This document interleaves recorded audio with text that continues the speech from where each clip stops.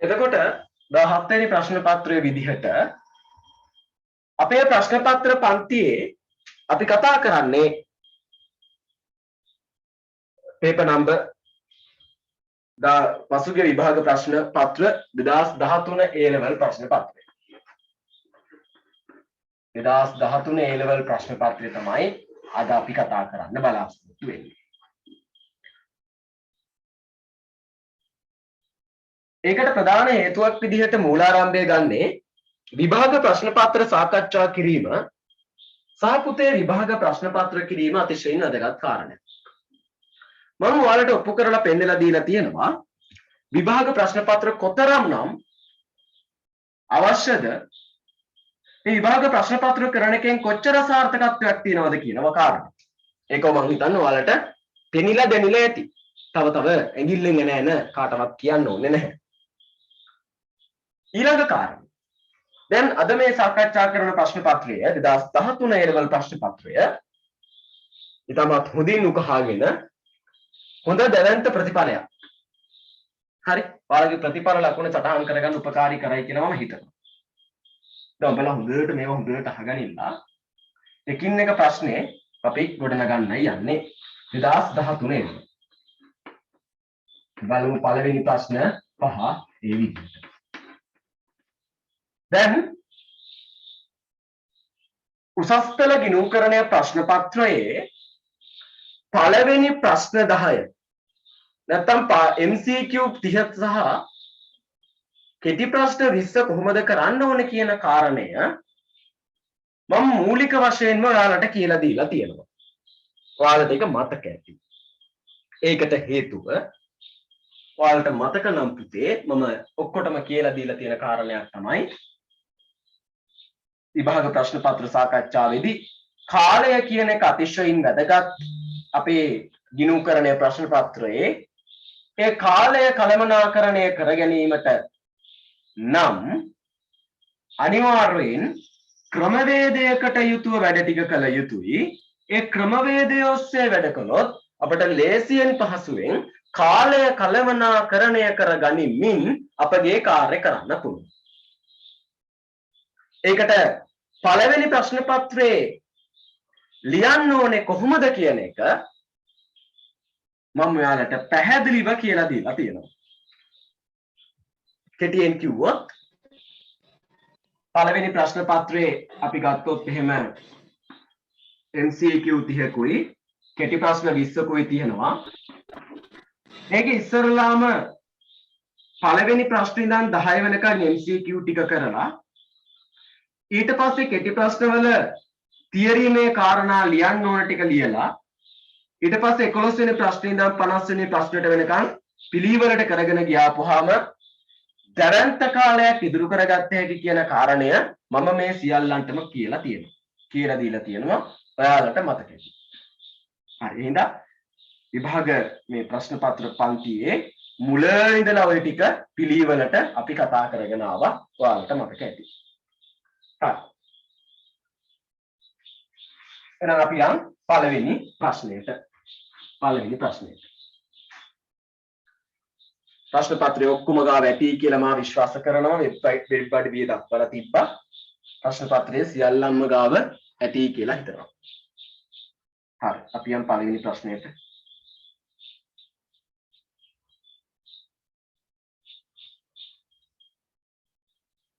නැති ළමයෙක් ඉන්නවා නම් 2013 ප්‍රශ්න පත්‍රය පෙරලා ගනින් විකාර කරන්නේ නැතුව. 1. පහත දැක්වෙන ප්‍රකාශයෙන් ආයතනයක මූල්‍ය ගණකාධිකරණයේ කාර්යභාරය වඩාත් හොඳින් විස්තර කරනු ලබයිද? ගණකාධිකරණය කියලා කියන්නේ මොකක්ද වචනේ? තේරුම? ගිණුම්කරණය. එතකොට මේ මොකක්ද පුතේ? මූල්‍ය ගණකාධිකරණය කියලා කියන්නේ. මූල්‍ය ගිණුම්කරණය. ගිණුම්කරණේ කොටස් දෙකයි. එකක් මූල්‍ය ගිණුම්කරණය, අනිත් එක කළමනාකරණ ගිණුම්කරණය. එකක් මූල්‍ය ගිණුම්කරණය, අනිත් එක කළමනාකරණ ගිණුම්කරණය.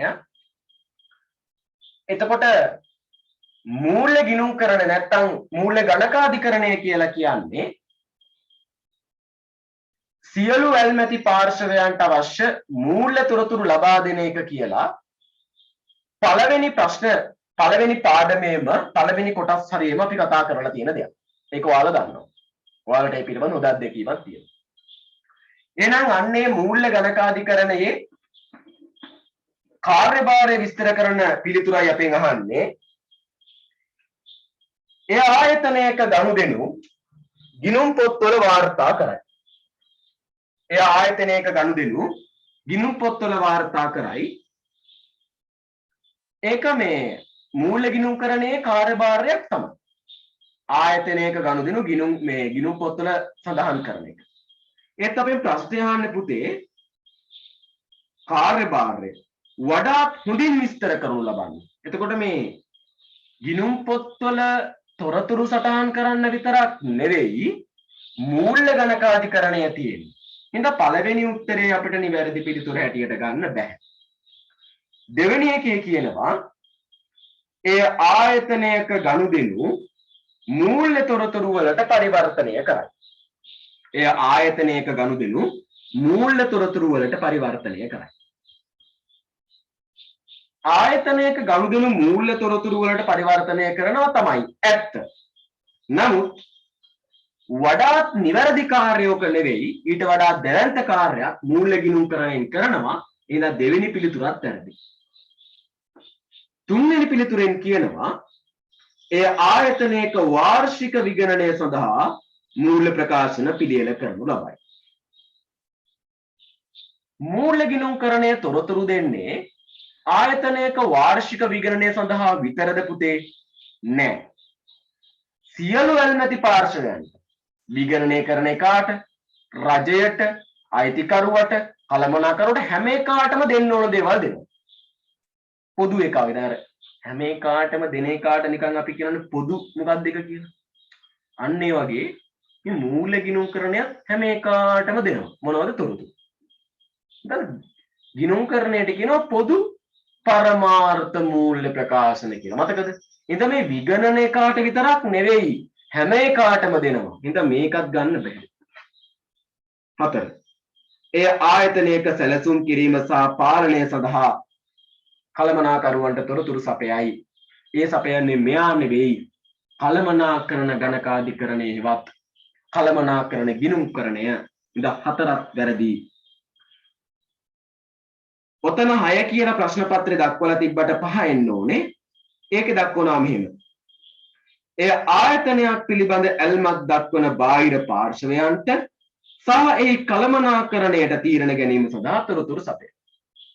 එතකොට ආයතනයේ බාහිර පාර්ශවයන්ට සහ කළමනාකරුවන් ඇතුළු සියලුම පාර්ශවයන්ට තීරණ ගන්න තොරතුරු සැපයීමක් තමයි මූල්‍ය ගණකාධිකරණයේදී සිද්ධ වෙන්නේ කියලා අපි දන්නවා. එහෙනම් මේ අවස්ථාවේ උත්තරේ අංක 5. එහෙනම් එකට උත්තරේ අංක 5. දැන් අපි විභාග ප්‍රශ්න පත්‍රයක් ගත්තොත් මම ওই විභාග ප්‍රශ්න පත්‍රයේ රහස් කියලා පොඩි අනුරූප පාඩමකුත් කරා. පුතාලට මතක නම් ඔයගොල්ලෝ බැලුවා නම් වඩාත් හොඳයි. බලමන් දන්නවා බලන්නේ කියලා. ඉගෙන ගන්න ආසකෙක් බලන්න නැත්නම් නිකන් ඉන්න. එතකොට ඒකෙදි මම කියලා දෙන දෙයක් තමයි පසුගිය විභාග ප්‍රශ්නවල ප්‍රශ්නම තමයි ඔයා ඔය දතකාගෙන උඩ දාගෙන ලියන්න දෙන විභාගෙත් එන්නේ. 2023 ළමයින්ට මේ ළඟදී මම නිකුත් කරා පොඩි ප්‍රශ්න පත්‍රයක් පළමු පාඩම් 3 විභාග ප්‍රශ්න කියලා. ගිණුම්කරණ හැදින්වීම, ගිණුම්කරණ සමීකරණ, විත්ත සටහන් කියන තුන උපයෝගී කරගෙන සහ මූලික සටහන් පොත් සහ හැදින්වීම කියන පාඩම් ත්‍රිත්වයෙන් නිකුත් කරා පොඩි ප්‍රශ්න පත්‍රයක් පුතේ 2012 ඉඳන් 2020 වෙනකන් ඒ විභාග ප්‍රශ්න අහලා. පළවෙනි කොටසේ එන්නේ එකම වගේ ප්‍රශ්න හැම ප්‍රශ්න පත්‍රයකම. ගිණුම්කරණය වඩා තොදින් විස්තර වෙන්නේ, මූල්‍ය ගණකාධිකරණය වඩා තොදින් විස්තර වෙන්නේ වගේ. එහෙනම් මේ හැම ප්‍රශ්න පත්‍රයකම එන්නේ එකම කරුණ. හැම ප්‍රශ්න පත්‍රයකම එන්නේ මොකක්ද? එකම කරුණ. එහෙනම් හරි පහසුවෙන් ඒවට උත්තර ලියන්න පුළුවන්. එහෙනම් පසුගිය විභාග ප්‍රශ්න පත්‍ර නොකර විභාගයට යන්න එකෙක් කල්පනා කරනවා නම් ඌ දැනටමත් හිතා ගන්න උට C ක්‍රෙඩිට් එකෙන් එහාට යන්න තියා හිතන්නවත් බෑ කියලා. දෙක. දෙවෙනි ප්‍රශ්න. ගිණුම් කරන සමීකරණයේ මූලිකාංගයක් ලෙස හිමිකම වෙනමම හඳුනා ගැනීම අවශ්‍ය වන්නේ කුමන ගිණුම් කරන සංකල්පය හේතුවෙන්ද? ගිණුම් කරන සමීකරණය කොහොමද එන්නේ ළමයි? ඒක දන්නේ නැති කෙනෙක් ඉන්නවා නම් මේක බලන එක නවත්තලා මොකක් හරි බිස්නස් එකක් පටන් ගන්න.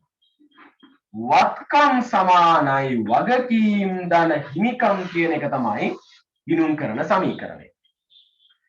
එතකොට මේ ගිණුම් කරන සමීකරණයේ හිමිකම් තමයි හිමිකම් වෙනමම ස්වාධීන එකක් විදිහට දක්වලා තියෙනවා. දැන් අපෙන් අහන්නේ අයිතිකරුගේ අයිතිය වන හිමිකම වෙනමම පෙන්වන්න උපයෝගී වන සංකල්පය. මොකක්ද පුතේ උපයෝගී වන සංකල්පේ? අපි දන්නවා සංකල්ප පාඩමේ අපිට සංකල්ප 13ක් විතර කතා කරන්න වෙනවා. ඒ සංකල්ප 13 අපි බැලුවොත් එහෙම හිමිකම කියන එක අපිට හිමිකම නෙවෙයි. සංකල්ප 13 සංකල්ප ගණනාවක් අධීක්ෂණය කරන්න වෙනවා. ඒවා අපිට හොඳින් අවබෝධ කරගන්න සිද්ධ වෙනවා. මගේ YouTube channel එකේ මම දාලා තිබ්බ සංකල්ප පාඩමේ සම්පූර්ණයෙන් බලන්න ඕන කෙනෙක් ඉන්නවනම් බලන්න. හිමිකම. එතකොට හිමිකම වෙනමම දක්වලා තියෙන සංකල්පය අපි දන්නවා ඒකක සංකල්පයනේ. ස්වාධීන ඒකකයක් ලෙස ව්‍යාපාරය සලකන්න. නැත්නම් අයිතිකරු සහ ව්‍යාපාරය ඒකක දෙකක් විදිහට සලකපන් කියලා තමයි ඒකක සංකල්පයෙන් අපිට කියන්නේ. මෙන්න මේ ඒකක සංකල්පය තමයි ගිණුම් කරන සමීකරණයේ හිමිකම් වෙනමම තියන්න මූලිකත්වය ගන්න. එහෙනම් මේ අවස්ථාවේදී ඒකට අදාළ සංකල්ප ඒකක සංකල්පේ එහෙනම් දෙකට උත්තරේ ඒක. දෙකට උත්තරේ ඒක. 3 ආයතනයක මූල්‍ය ප්‍රකාශනවල වගකීම් සහතික මත ප්‍රතිදානයක් කිරීමට අදාළ වන්නේ පහත සඳහන් කුමන ගිණුම් කරන සංකල්පය නැත්නම් සංකල්පද? මොකක්ද අහන්නේ? තුන්වෙනි ප්‍රශ්නේ අපෙන් අහනවා ආයතනයක වගකීම් සහතික මත ප්‍රතිදාන. වගකීම් සහතික මත ප්‍රතිදාන මොනවද පුතේ මේ කියන වගකීම් සහතික මත ප්‍රතිදාන? මේ කියන වගකීම් සහතික මත ප්‍රතිදාන වගකීම් සහතික මත ප්‍රතිදානයක් කියලා කියන්නේ දැන් ඔයාලා දන්නවා මේ මොකක් හරි භාණ්ඩයක් ගන්න ගියාට පස්සේ බඩුවක් නෙවෙයි භාණ්ඩයක් ගන්න ගියාට පස්සේ ඒ භාණ්ඩය පාවිච්චි කරනකොට ඒකට යම් අවදානමක් නැත්තම් ඒකේ අක්‍රියතාවයක් වුණොත් ඒකට වගකීමක් ව්‍යාපාර ආයතනය ගන්නවා අපිට වොරන්ටියක් දෙනවා කියලා කියනවා. දැන් ළමයි මේ ඔයගොල්ලෝ දෙකක් අහලා ඇති.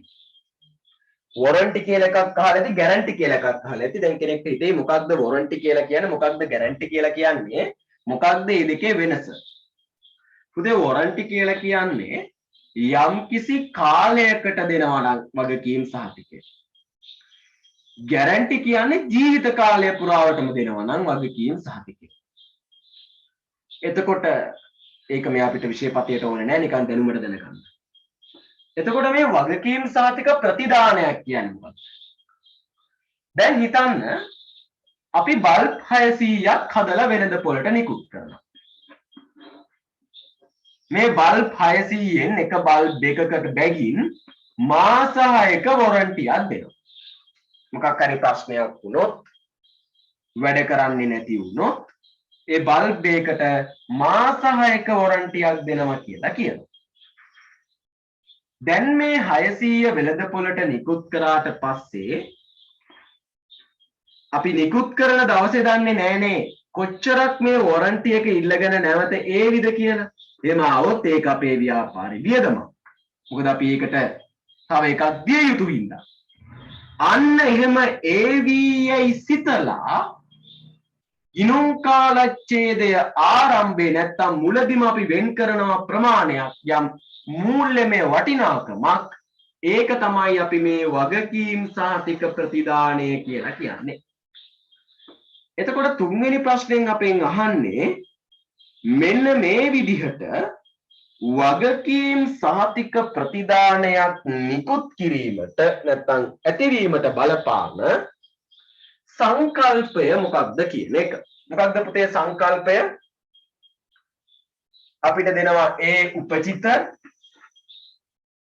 B ගැලපුම්, C ආරක්ෂණ. එතකොට වගකීම් සහතික ප්‍රතිදාන වෙන් කරන්න කියලා උපචිත සංකල්පෙනුත් කියනවා. ගැලපුම් සංකල්පෙනුත් කියනවා. ආරක්ෂණ සංකල්පෙනුත් කියනවා කියලා මේ පාඩම කරපු ඉත්තෑවු ටික දන්නවා. නේ? நம்மள මේ ටික ඉත්තෑලා ඉන්නේ කියන්නේ නේ ඉන්නේ. හරි? එතකොට A සහ B සහ C යන සියල්ලම තමයි නිවැරදි පිළිතුර වෙන්නේ. එහෙනම් 3ට උත්තරේ 5. ඒකට මේ පාඩම පිළිබඳව හොඳින් අධ්‍යයනය කරන්න. මේක හරි සරල පාඩමක්. තීරණීය පාර්ට් එකක් තියෙන. ඉතින් ඕනෑවකට තේරුම් ගන්න පුළුවන්. ඉතින් වගකීම් සහතික ප්‍රතිදාන නිකුත් කිරීමක් මේ තුනේදිම අපිට ගෙන හදා. ඊළඟ කාරණේ 4. හතරේදී මොකද කියන්නේ? 2012 4.1 අපි පොඩ්ඩක් තව ටික දවසකින් පොඩි වෙනසකට ලක් වෙනවා මේ බෝඩ් එකේ. අමු නේ මොනවා වෙයිද දන්නේ. 4 මොකද 4 කියන්නේ? මම හැම වෙලේම කියන දෙයක් තමයි ගිණුම් කරන කියලා කියන්නේ ටයිම් එකත් එක්ක නැත්නම් කාලෙත් එක්ක පට්ට විදියට සටන් කරන්න වෙන ප්‍රශ්න පත්‍රයක්. ඒක දන්නේ නැත්නම් උඹලා හරියට ටයිම් තියලා ප්‍රශ්න පත්‍රයක් කරලා බලපල්ලා. ටයිම් තියලා ප්‍රශ්න පත්‍රයක් කරලා බලන්න නැතුව නම් විභාගයට යන්න එපා, වැඩක් නෑ. අපරාධේ බස් එකේ සල්ලි. හරි. මේ විභාග මානසිකත් ඒවා පුරුදු නොවී නම් යන්න එපා, වැඩක් නෑ. ඉතින් මම හැමදාම ළමයින්ට කියන දෙයක් තමයි උඹලා වාර විභාග දීලා තියෙන බොහෝම අල්පයයි. තොපි දන්නේ ටික ගෙඩියක් නෑ. අඩුම ගානේ මම දෙන ප්‍රශ්න පත්‍රයක්වත් පැය දෙකක් ටයිම් තියලා ලියපල්ලා. නැත්තම් කෙලෙනවා. හරි. 4. දැන් මේ වගේ ටිකක් දීර්ඝ ප්‍රශ්නයක් දෙද්දී පහේ පන්තියේ ශිෂ්‍යත්ව පන්තියේ ඉගෙනුවා වගේ ඉස්සල්ලාම ප්‍රශ්නේ කියවලා නැවත කියවලා නැවතත් කියවලා අවබෝධ කර ගැනීම කරන්න එපා ගොන්නී හරක් වගේ. මොකද කාලය කියන එක යනවා පටන් ගන්නදී. ඉස්සරලාම මේ වගේ එකක් කියවන්න කලින් බලහන් මොකක්ද මුවහන්නේ. අග ටික බලද්දී ඒක තේරෙනවා. මේකේ අහන්නේ මෙම ගනුදෙනු සටහන් කිරීමට භාවිතා කරන මූලාශ්‍ර ලේඛන. හරි. දැන් පළවෙනිම කාරණේ තමයි 4 වෙනි පාඩමේ මුල් අධීරේ විදිහට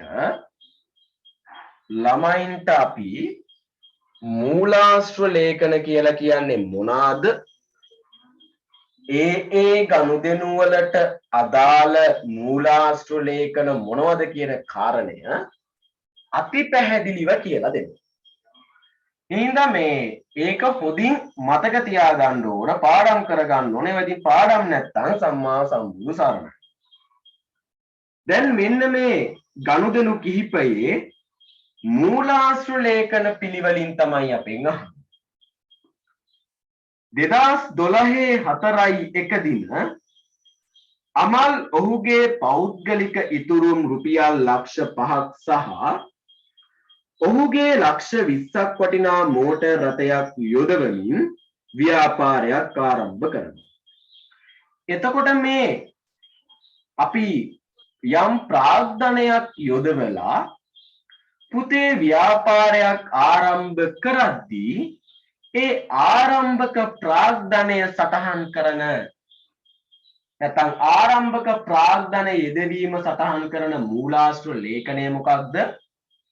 ජර්නල් වවුචර්. මොකක්ද? Journal voucher. Journal voucher. හරි. මොකද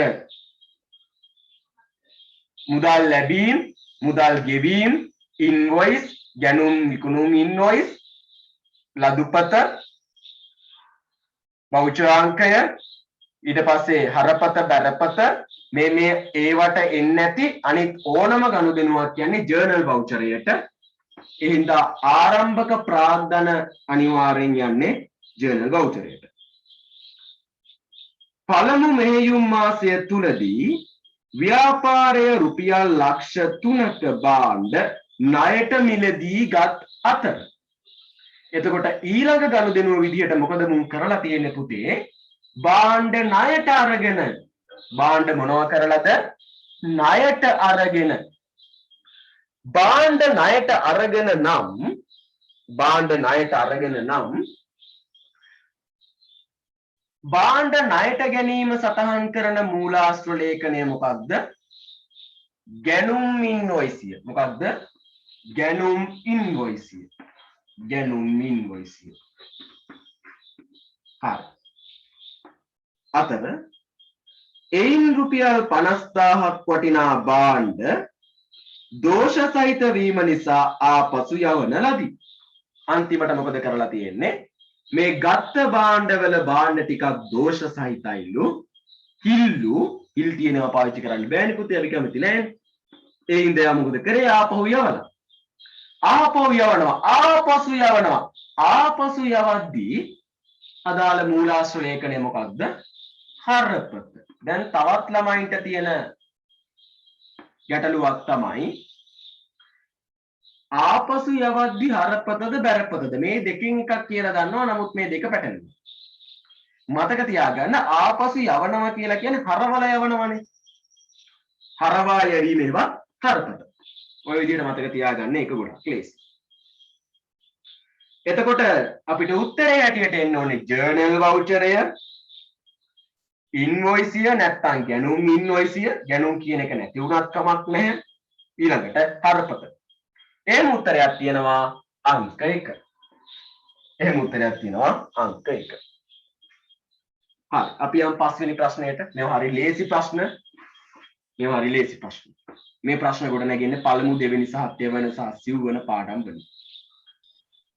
පස්වෙනි ප්‍රශ්නයේදී අපෙන් අහන්නේ ව්‍යාපාර ආයතනයක් විසින් 110ක වෙළඳ වට්ටමකට යටත්ව ලකුණු කළ මිල රුපියල් ලක්ෂ 2ක් වූ භාණ්ඩ. දැන් මම නැවත කියනවා. පුතේ ගාන කියවද්දිම ඔයාලට පුළුවන් නම් ගාන හදන් ඉස්සරහට යන්න. ඒක රත්තරන් වටිනවා. මොකද කාලේ කියලා කියන්නේ තවත් එක් ලොකුම අභියෝගයක්. ඉතින් ගාන කියවන් යද්දිම කටසටහන් කොලේ ගාන ගොඩනගා ගන්න ඒක පට්ට වටිනවා. මෙතන දැන් කියන්නේ ලකුණු කළ මිල භාණ්ඩයක් තියෙනවලු. ඒ භාණ්ඩේ ලකුණු කළ මිල රුපියල් ලක්ෂ 2යි. භාණ්ඩේ ලකුණු කළ මිල කීයද? රුපියල් ලක්ෂ 2යි. ණය පදනම මත මිලදී ගන්නා ලදී එම ගනුදෙනුවේහි බලපෑම වත්කම් සමානයි වගකීම් ධන හිමිකම් කියන සමීකරණයට එන්නේ කොහොමද?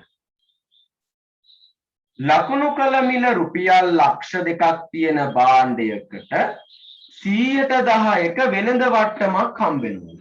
දැන් මොනවද මේ වෙළඳ වට්ටම් කියලා කියන්නේ? මොනවද පුතේ වෙළඳ වට්ටම් කියලා කියන්නේ? අපි දන්නවා වට්ටම් වර්ග දෙකක් තියෙනවා. මොනවද වට්ටම් වර්ග දෙක? එකක් වෙළඳ වට්ටම්, අනිත් එක මුදල් වට්ටම්. වෙළඳ වට්ටම් කියන එක තමයි අපිට හුරු පුරුදු. ඔය ගිණුම්කරණය කරන්නේ නැති එකෙක් මුදල් වට්ටම් දන්නේම නෑ. ඌ දන්නේ වෙළඳ වට්ටම් විතරයි. රුපියල් 300 සායක් ගන්න ගියා කොහොමද? සායක් රුපියල් 300ක් වගේ දෙන්නේ. මම දන්නේ නැහැ. නමුත් ඔය කලිසමක් නම් උන් අදිනවා රුපියල් 200ක් 150ක් වගේ නේද? අන්න ඒ වගේ එකක් ගන්න ගියාපුවාම රුපියල් 50ක් අඩු කරලා දෙනවා. ඊට වඩා වැඩි කරුත් කීයක්වත් වටින්නේ නැහැනේ. රුපියල් 50ක් අඩු කරලා දෙනවා. ආන්න ඒ වගේ ලකුණු කරලා තියෙන මිලෙන් අඩු කරනු ලබන වටිනාකම අපි හඳුන්වනවා වෙළඳ වට්ටම කියලා. දැන් ඔය සාමාන්‍ය පෙළ ලියපු ගමන් තාත්තා හරි අම්මා හරි ඇදගෙන ගිහිල්ලා දැන් නම් ඉතින් ජීවිතේ විනාශ වෙන මග කියලා කියන්නත් බෑ හරිම ප්‍රයෝජනවත්. හරි. ඒක ඒ ඉන්ස්ට්‍රුමන්ට් එකේ වැරද්ද නෙමෙයි ඒක පාවිච්චි කරන එකාගේ වැරද්ද. ඔක්කොම අම්මා තාත්තලා දැන් කියලා ෆෝන් එකක් ගන්නවනේ. සමහරු ඒකින්ද කාබාසිනිය වෙනවා සමහරු ඒකින්ද ගොඩ යනවා. කාබාසිනිය වෙන ප්‍රමාණය ගොඩ යන ප්‍රමාණයට වඩා දැවැන්ත විදියට වැඩි. ඒක ෆෝන් එකේ වැරද්ද නෙවෙයි. හරි. ඒක වැරද්ද ළමයාගේ. පීයක් තියෙනවා. පීයෙන් නහය කපා ගන්නත් පුළුවන් අඹ ගෙඩිය කපන්නත් පුළුවන්. අඹ ගෙඩිය කපන්න නැතුව නහය කපා ගන්නවා කියලා කියනක ගොංකම මිසක් පීය වැරද්ද නෙවෙයි. ඉතින් මේ උඹලත් ෆෝන් එකක් ගද්දි මේ ෆෝන් එකෙන් කරන්න පුළුවන් ප්‍රතිඵලය ගනිලා ඒකෙන් අනම්මනම් විකාර වැඩ නොකර. දැන් හිතපන් ගොඩාක් වෙලාවට ඔය ෆෝන් එකක් වගේ ගන්න යද්දී ඔයාලට මේ අත්දැකීමට මුහුණ පාලා ඇති. ෆෝන් එකේ ගහලා තිනවා 55000යි කියලා. කඩේ ඉන්න අයියා ඒකෙන් 5000ක් අඩු කරලා ඔයාට මෙහිඳ 5000කට දෙන්නම් කියලා කිව්වේ. 5000කට දෙන්න බෑනේ. කො 5000ක් අඩු කරපුවා 55000යි. 50000කට දෙන්නම් කියලා කියනවා. හරි සතුටෙන් ෆෝන් එක ගෙදර ගිහිනවා. හරි. ඔන්න ඔය අඩු කරපු 5000 තමයි පුතේ වෙළඳ වට්ටම කියලා කියන්නේ. ලකුණු කරලා තියෙන මිලෙන් යම්කිසි වටිනාකමක් අඩු කරපුවාම ඒ වටිනාකම අපි කියනවා වෙළඳ වට්ටම කියලා. අපේ ජීවිතේ අපි අනිවාර්යෙන් වෙළඳ වට්ටමක් අපිට හම්බෙලා තියෙනවා. කල්පනා කරලා බලන්න. මුදල් වට්ටම් කියන එක නම් දන්නේ ගිණුම්කරණය කරන කට්ටිය විතරයි. ඒ තමයි දුන් වට්ටම් සහ ලද වට්ටම් කියන දෙක. අපි දන්නවනේ. දුන් වට්ටම් කියලා කියන්නේ ණය ගැටියන්ට අපි මුදල් දෙද්දී ඒකෙන් අඩු කරනු ලබන වටිනාකම. ලද වට්ටම් කියලා කියන්නේ ණය හිමියෙක්ට අපි මුදල් ගෙවද්දී ඒකෙන් ඌ අඩු කරන වටිනාකම. එතකොට දැන් මේ කතාවේ වෙළඳ වට්ටම් තමයි ඇවිල්ලා තියෙන්නේ. ලක්ෂ 2ක් ලකුණු කරපු භාණ්ඩයකට 110ක වෙළඳ වට්ටමක් හම්බෙනවා කියලා කියන්නේ කොච්චරක වෙළඳ වට්ටමක් අපිට හම්බෙලාද? මේ බිඳුවට මේ බිඳුව කැපුණා, මේ බිඳුවට මේ බිඳුව කැපුණා කොච්චරක එකක් හම්බෙලාද? 20000ක වෙළඳ වට්ටමක් හම්බෙනවා. එහෙනම් ලක්ෂ 2කින් 20000ක් අඩු වෙනවා කියලා කියන්නේ දැන් භාණ්ඩේ 1,80,000කට තමයි අපිට මිලදී ගන්න පුළුවන්. මතක තියාගන්න අපි මේක ගන්නේ ණයට ඈ. හරි. මේ වෙළඳ වට්ටම් එක්ක ගිණුම්කරණයේ එන දැවැන්ත කාරණේ තමයි හරිද? දැවැන්ත කාරණේ තමයි වෙළඳ වට්ටම් කොයිම අවස්ථාවකවත් අපි ගිණුම් පොත් තුල පෙන්වන්නේ නැහැ. ගිණුම් වෙළඳ වට්ටම් අපි කොයි අවස්ථාවේවත් ගිණුම් පොත්වල පෙන්වන්නේ නැහැ. එතකොට පෙන්වන්නේ මොනාගේද? වෙළඳ වට්ටම අඩු කරාට පස්සේ එන අගය තමයි හැම වෙලේම ගිණුම් පොත්වල පෙන්වන්නේ. ඒ කියන්නේ පසුකාලීනව ගිණුම් පොත් බලන එකෙක් දන්නේ නැහැ මේ 1,80,000ට අපි මිලදී ගත්තේ ලක්ෂ 2ක් මිල ලකුණු කරලා තියෙන එකකින් 110ක් අඩු කරපුවාම කියන කාරණේ. ඌ දන්නේ නැහැ. මොකද අපි සටහන් කරන්නේ ලකුණු කරලා තියෙන මිලෙන් වෙළඳ වට්ටම අඩු කරාට පස්සේ ඇත්තටම අපි මුදලින් ගෙවන හෝ ණය වෙන වටිනාකම විතරයි පොත්වලට ගෙනියන්නේ. මේවා කිසිම දෙයක් ගිණුම් පොත්වල පෙන්වන්නේ නැහැ. හැබැයි මුදල් වට්ටම් පෙන්වන්නේ නැහැ. අපි දන්නවනේ දුන් වට්ටම් සහ ලද වට්ටම් පෙන්වනවා කියලා. හරි. එහෙනම් අපිට 1,80,000ක් ණයට ගැනීම කියන එක තමයි සමීකරණයට ගෙනියන්න වෙන්නේ. 1,80,000ක් ණයට ගද්දී කොහොමද ඒක ගිණුම් තියන්නේ? කල්පනා කරනවා ප්‍රායෝගිකව. 1,80,000ක භාණ්ඩ ණයට ගන්නවා. අපේ ව්‍යාපාරයට තොගයක් එනවා. ඉතින් අපේ ව්‍යාපාරයේ තොග වැඩි වෙනවා. ඉතින් වත්කම් වැඩි වීම 1,80,000යි මොනවද තොග? මේක ගත්තේ ණයට ගත්තේ ඉඳ වගකීනුත් ඒ වගේම වැඩි වෙනවා. 1,80,000යි මොනවද වගකීම්? ඒ කියන්නේ ණය හිමි. එහෙනම් උත්තරේ හැටියට එන්න ඕනේ අන්න ඕක පහට. කොහොම උත්තරයක් තියනවද කියලා බලන්න. වත්කම් 1,80,000කින් වැඩි වේ සහ වගකීම් 1,80,000කින් වැඩි වේ. උත්තරේ අංක 1.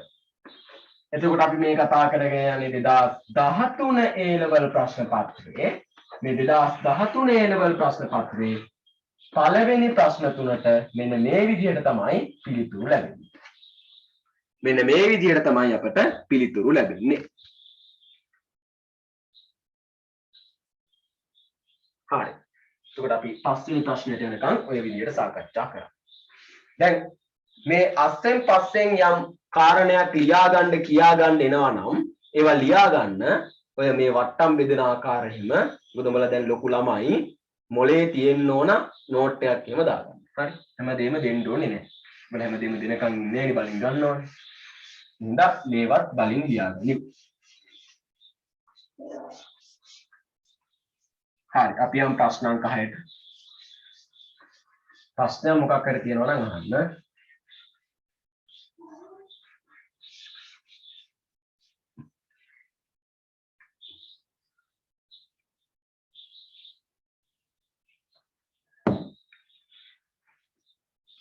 හරි. ප්‍රශ්න අංක 6 7 8 9 10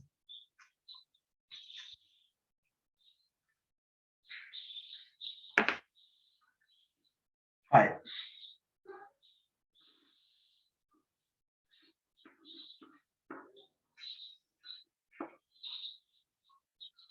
හයේ මෙන්න මෙහෙම වගුවක් තියෙනවා. වගුව මං අදින්නකෝ.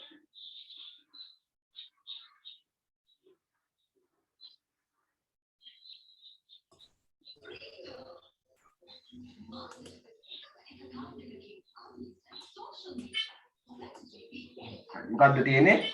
විකුණුම් ලකුණු කළ මිල වෙළඳ වට්ටම. ඒකෙත් වෙළඳ වට්ටම් කතන්දරයක් තියෙනවා. මුදලට ණයට. ලකුණු කළ මිල රුපියල් 1000යි 4000යි කියලා කියනවා. වෙළඳ වට්ටම 10%යි 105යි කියලා කියනවා. මොකක්ද අහන්නේ? විකුණුම් දින සිට 15ක දින 15ක් තුල මුදල පිය වූ විට ණය ගැතියන්ට 105ක මුදල් වට්ටමක් දෙනවා. දැන් ණයට ගත්ත භාණ්ඩ ණයට විකුණපු භාණ්ඩ වලට හරිද පුතේ දින 15ක් ඇතුළත ගෙවීම් කරොත් එයාට 105ක වට්ටමක් දෙනවා. ණය ගැතියන්ට දෙන වට්ටම් වලට අපි කියනවා මොන වට්ටම්ද? උට අපි දෙන වට්ටමක් ඉඳ දුන්නොත්. හරි දුන්න වට්ටම් 105. ඔයාලත් ප්‍රශ්නේ කටුසටහන ගොඩනගා ගද්දී ප්‍රශ්නේ අතරතුරම මේ විදිහට ගොඩනගා ගැනීම සිද්ධ කරන්න මෙන්න පුරුදු වෙන්න. ව්‍යාපාරයේ වාර්තාවලට අනුව ණයගැති ශේෂ වලින් 150ක් මෙම වට්ටම භාවිතා කරමින් පියවා ඇත. එතකොට දින 15ක් ඇතුළත දින 15ක් ඇතුළත ණයගැතියෝ 150ක් ඔඩියෝ ඔෆ් කරගන්න ඔඩියෝ ඔන් වෙලා තියෙනවා නම් 150ක් මුදල් ගෙවලා තියෙනවා. ණයගැතියෝ කොච්චරක්ද? 150. හරි. ණයගැතියන්ට දුන් වට්ටම් සටහන් කිරීමට අදාළ ලෙජර් නැත්නම් ජර්නල් සටහන වනුයේ කොහොමද? දැන් ඉස්සරලාම අපි හොයාගමු කොච්චර දුන් වට්ටම් ප්‍රමාණයක් ණයගැතියන්ට දුන්නද කියලා. හරි. අපි භාණ්ඩ ණයට විකුණනවා. හරිද? භාණ්ඩ ණයට විකුණද්දී ලකුණු කළ මිල 4000ක් තියෙන භාණ්ඩ ටිකක් අපි ණයට විකුණලා තියෙනවා. හැබැයි පුතෝ 105ක වට්ටමක් වෙළඳ වට්ටමක් අපි ණයට විකුණද්දී දීලා තියෙනවා. එතකොට ඇත්තටම ණයගැති වටිනාකම කීයද? ඇත්තටම ණයගැති වටිනාකම කීයද? 4000ට ලකුණු කරලා තියෙන ඒවට 105ක වෙළඳ වට්ටමක් දීලා තියෙනවා නම් මේ බිඳුවට මේ බිඳුවත් මේ බිඳුවට මේ බිඳුවත් කැපිලා හරිද අපට 200ක වෙළඳ වට්ටමක් ඒගොල්ලොන්ට දෙන්න වෙලා තියෙනවා. එහෙනම් 4000ට ලකුණු කරලා තියෙන භාණ්ඩවලට 200ක වෙළඳ වට්ටමක් දුන්නොත් අපි භාණ්ඩ විකුණලා තියෙන්නේ 3800කට. එහෙනම් ණය ගැතියෝ දැන් අපිට 3800ක් ණයයි.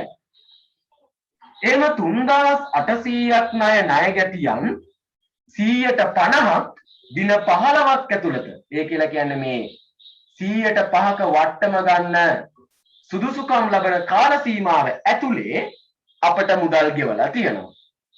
එහෙනම් 3800 ඒවා 150ක් කියලා කියන්නේ භාගයක් කියලා ඕන ගුණෙත් දන්න. එහෙනම් 2ට 1යි 3800 දෙකෙන් බෙදන්න. 3800 දෙකෙන් බෙදුවම 3ට 1යි 8ට 9යි 1900.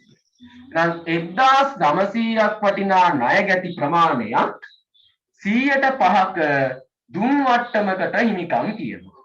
එහෙනම් දුම් වට්ටම් වටිනාකම කීයද? බිඳුවට බිඳුව කැපුණා, මේ බිඳුවට මේ බිඳුව කැපුණා 19 ඒව 5ක්. 19 ඒව 5 කීයද? 95යි. දැන් දුම් වට්ටම් වටිනාකම කීයද? 95000. එහෙනම් මෙන්න මේ දුම් වට්ටම් වටිනාකමට අදාළ ද්විත්ව සටහන කොහොමද එන්නේ දැන්? දුම් වට්ටම් වැඩි, ණය ගැතියෝ අඩුයි. දුම් වට්ටම් කියන්නේ වියදමක්. ඒ හින්දා දුම් වට්ටම් කර වෙනවා 95000ක්. ණය ගැති බැර වෙනවා 95000ක්. මෙන්න මේ විදිහට තමයි ද්විත්ව සටහන එන්න ඕනේ. බලමු එහෙම උත්තරය ආවේ කීවෙනි උත්තරයේද කියලා. උත්තරයේ අංක 2. 6ට උත්තරේ කීයද? අංක 2. දැන් ආයතරයක් බලමු කොහොමද ආවේ කියලා. ණයට 4000ක් ලකුණු කළ මිල තියෙන භාණ්ඩ විකුණනවලු. එහෙම විකුණද්දී 100ට 5ක වෙළඳ වට්ටමක් දෙනවලු. 4000ක භාණ්ඩවලට 105ක වෙළඳ වට්ටමක් දෙද්දී අපි දන්නවා 200ක වෙළඳ වට්ටමක් තමයි හම්බෙන්නේ. එහෙනම් 4000න් 200 අඩු කරාට පස්සේ අපි ණය ගැතියන්ට ඇත්තටම මුදල් මේ භාණ්ඩ විකුණලා තියෙන්නේ 3800කට. ඒ කියන්නේ ණය ගැති වටිනාකම 3800යි. ඒ 3800න් දින 15ක් ඇතුළත 150ක් මුදල් ගෙවලා තියෙනවලු. ඒ කියන්නේ භාගයක් මුදල් ගෙවලා 150 කියන්නේ භාගයක්නේ. මෙතන දෙකෙන් බෙදුවත් එකයි නැත්නම් 150න් ගුණ කරත් එකයි. එහෙන් බලපුවාම 1900ක් වටිනා ණය ගැතිය මුදල් දීලා කියලා අපිට කොහොමවර වෙනවා කියන්නේ දැනගන්න ලැබෙනවා. නම් 1900ක් ණය ගැතියෝ දින 15ක් ඇතුළත මුදල් දීලා නම් ඒගොල්ලොන්ට 105ක වට්ටමක් ලැබෙනවා. ඒගොල්ලොන්ට 105ක වට්ටමක් ලැබෙද්දී දැන් ද්විත්ව සටහන කොහොමද එන්නේ? දුම් වට්ටම් ගිණුම හර ණය ගැති ගිණුම බැර. පැහැදිලිද? පැහැදිලිද? හරි. පැහැදිලිද? හරි. හරි. අපි යන් 7 වෙනි ප්‍රශ්නෙට.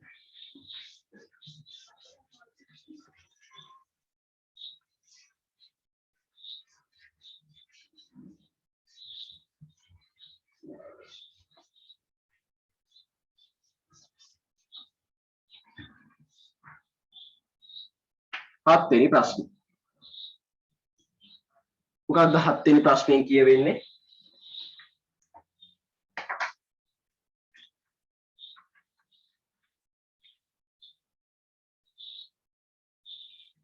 පහත සඳහන් කුමන ප්‍රකාශය ණය හිමි පාලන ගිණුමට අදාළව නිවැරදි වේද?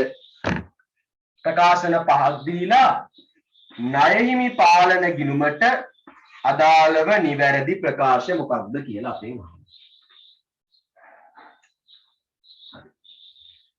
දැන් මොකක්ද ණය හිමි පාලන ගිණුම කියලා කියන්නේ?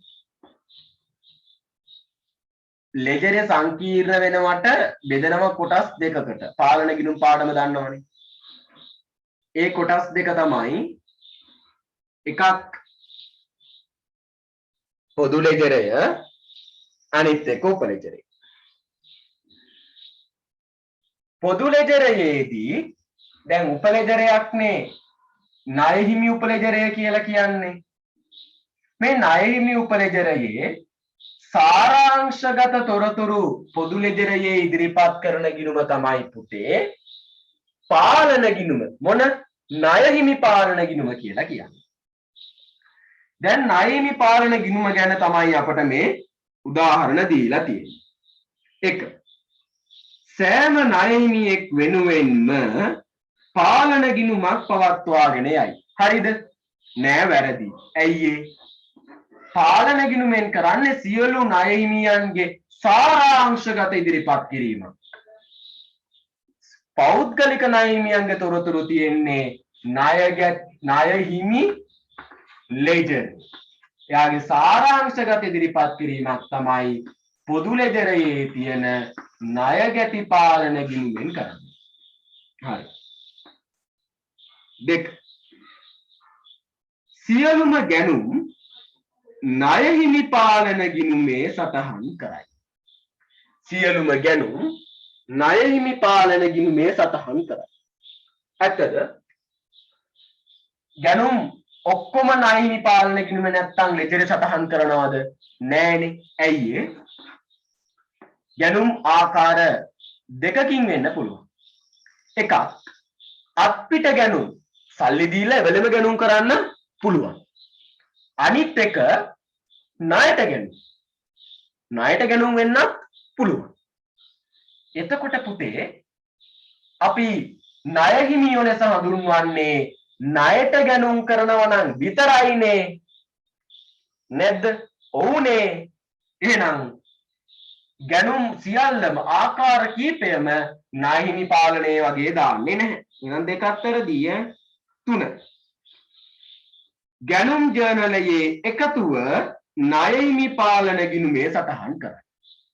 දැන් මම නිතරම අපේ ළමයින්ට කියන දෙයක් තමයි ඔය ගැනුම් ජර්නල මූලික සටහන් පොත් මූලාශ්‍ර ලේඛනවල දැනුම අතිශයින් වටිනවා. ඒවා දැන්ම පාඩම් කරගන්න. හරි? මූද හත් ගව්වක් තියලා අමුඩේ ගහප්පන්. හරිද? මූද පේන්න කලින් පාඩම් කරපන්. නැත්තම් එරෙන්න වෙනවා. එතකොට ගැනුම් ජර්නලයේ කියලා කියන්නේ දැන් ගැනුම් ජර්නලයේ කියන එකේ අර්ථය දන්නේ නැත්නම් මේක දැනගන්න විදියක් නැහැනේ. ගැනුම් ජර්නලයේ කියලා කියන්නේ ණයට ගැනුම් සටහන් කරන මූලික සටහන් පොත. එහෙනම් ගැනුම් ජර්නලයේ තියෙන්නේ ණයට ගැනුම් විතරයි. ණයට ගැනුම් විතරක් තියෙන ගැනුම් ජර්නලයේ ඒ එකතුව සියල්ලම කොහාට එනවද? ණය හිමි ලෙජරයට එනවා. කොහාට එනවද පුතේ? ණය හිමි ලෙජර් කඩුව නේද? වඩා ගන්න. ණය හිමි ලෙජරයට එනවා. එහෙනම් අනිවාර්යයෙන් තුන්වෙනි එක හරි. තුන්වෙනි එක හරි. 4. ණය හිමියන්ගෙන් ලද වට්ටම් ණය හිමි පාලන ගිණුමේ සටහන් නොකරයි. ඇයි ණය හිමි පාලන ගිණුම ලෝඩ්ද? නෑ අනිවාර්යෙන් සටහන් කරනවා. මොන පැත්තටද? හර පැත්තට. ණය හිමි පාලන ගිණුමේ ගිණුම ණය හිමි ලෙජරේ පවත්වාගෙන යයි. නෑ ණය හිමි ලෙජරේ නෙමෙයි මෙයා ඉන්නේ පොදු ලෙජරේ. ඒකත් වැරදි. එහෙනම් 7ට උත්තරේ අංක 3. 7ට උත්තරේ මේ දවස්වල කැඩෙනවා වැඩි ළම. 7ට උත්තරේ අංක 3. ඊළඟ ප්‍රශ්න. ටිකක් දීර්ඝ ප්‍රශ්නයක් බැංකු සැස්තුම් මා සම්බන්ධව.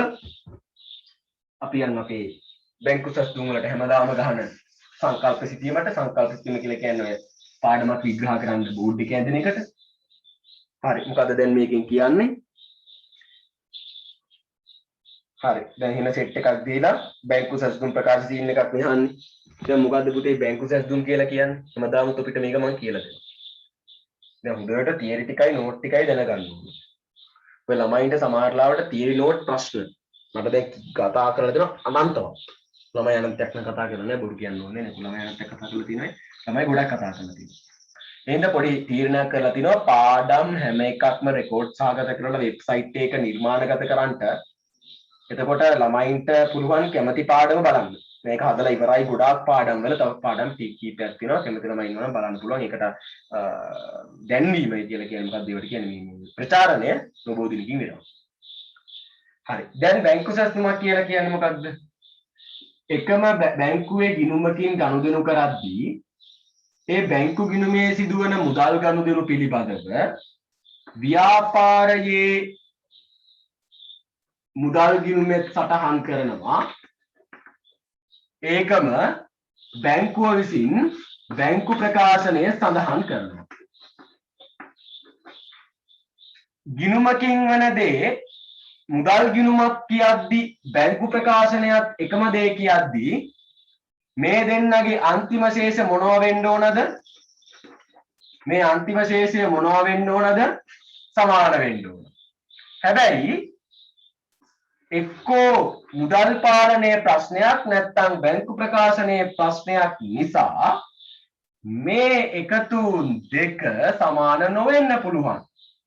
එහෙම සමාන නොවුනොත් කොහොමද ඒකට පිළියමක් කරන්නේ උත්තරයක් දෙන්නේ කියලා බලන්න තමයි බැංකු සැසඳුම් ප්‍රකාශය මේ ලෝකයේ එළිය දකින්නේ. මොන ප්‍රකාශයද? බැංකු සැසඳුම් ප්‍රකාශය.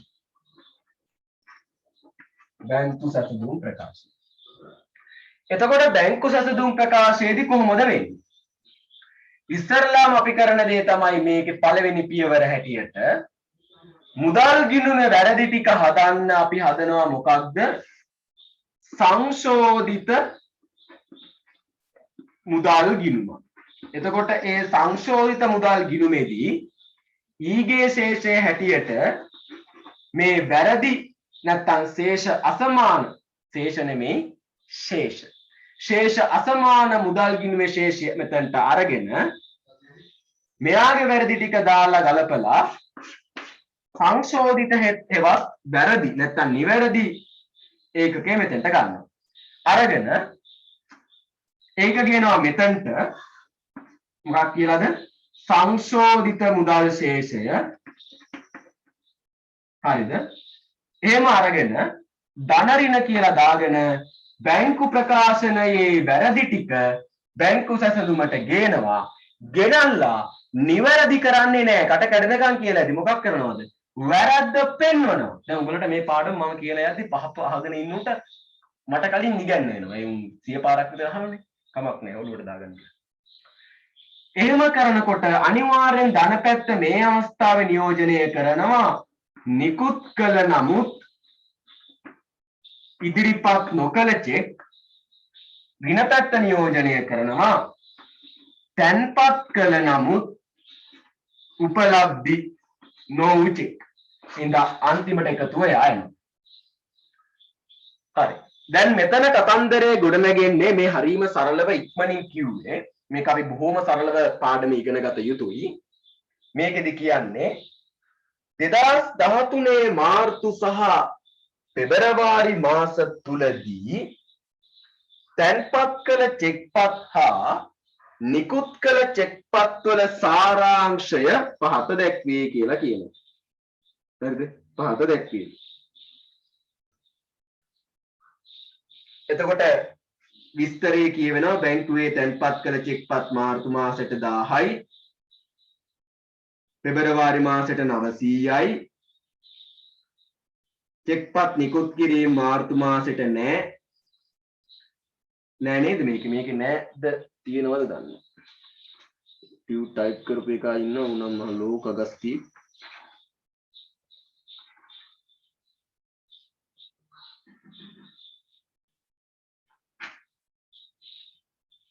කීවෙනි ප්‍රශ්නේද මේ? 8 වෙනි ප්‍රශ්නේ. 750 තියෙනවා. මට හිතුණා මම හිතුනේ ලෝක අගස්තියත් එක්ක බෑනේ වැඩි කර. මේ මෙතනම ළමයි චෙක්පත් නිකුත් කිරීම එකේ 750ක් තියෙනවා. හරි. මම ඒක මනමින් මතක තියාගන්න. ඊළඟ විස්තරයක් දීලා තියෙනවා. අපෙන් පළවෙනි ප්‍රශ්නේ මේ තව පොඩි කාරණයක් කියනවා. පෙබරවාරි මාසය තුලදී ගෙවීමට ඉදිරිපත් නොකළ චෙක්පත් මාර්තු මාසයේදී ගෙවීමට ඉදිරිපත් කර ඇත. මාර්තු මාසයේදී ගෙවීමට ඉදිරිපත් කරලා තියෙනවා. අපෙන් පළවෙනි ප්‍රශ්නේ හැටියට අහන්නේ පෙබරවාරි මාසයේ බැංකු ගිණුමේ සංශෝධිත ශේෂ. පෙබරවාරි මාසයේ බැංකු ගිණුමේ සංශෝධිත ශේෂ. කොහොමද ඒක හොයන්නේ? පෙබරවාරි සෙට් එක ගත්තා. හරිද? පෙබරවාරි මාසයේ ටික අරගද්දි අපිට පේනවා බැංකු ප්‍රකාශනයට අනුව ශේෂය තියෙනවා 245ක්. පෙබරවාරි මාසේ තැන්පත් නැත්නම් චෙක්පත් තැන්පත් උපලබ්ධි වීම තියෙනවා 900ක්. අපි ඒ ටික නිවැරදි තැන් වල දාගමු. අපිට උත්තරේ එනවද කියලා බලන්න. ගෙවීම් සඳහා ඉදිරිපත් කළ චෙක්පත් තියෙනවා 500ක්. ඊළඟට බැංකුවට ඍජුව ලද පොලී ආදායම දැන් අපිට මෙතන එකවනේ හොයන්න ඕනේ. දැන් මහන්නේ පෙබරවාරි මාසේ සංශෝධිත මුදල් ගිණුමනේ. ඒ ශේෂයනේ. මෙතන එකවනේ හොයන්න ඕනේ. එතකොට බැංකු සැසඳුමේ බැරිද ටික විතරක් දාගත්තා නම් ඇතිනේ. මෙතන දැන් බැංකුවට ඍජුව ලද පොලී ආදායම කියන එක මෙයාගේ සටහන් වෙලා මෙයාගේ සටහන් වෙන්නේ නැත්තේ. ඒක වැරද්දක් විදියට එන්නේ මෙයාටනේ. ඉතින් ඒක අපිට දැනට සටහන් කර ගැනීමට ඕනේ නැහැ. බැංකු ගාස්තුත් එහෙමයි. බැංකු ගිණුම් ශේෂය පොලී ආදායම හා බැංකු ගාස්තු ගැලපීමට පෙර. හරි. දැන් අපිට ඒක අරගෙනත් ඕන නම් උත්තරයට එන්න පුළුවන් නේ. හරි. කොහොම හරි මෙතනදී උත්තරේ එනවද කියලා බලන්න. 960ට නැත්තම් 245ට 960ක් එකතු කරා. ඒකෙන් 500ක් අඩු කරා. හරි. මොකක්ද කොහේ වුනේ?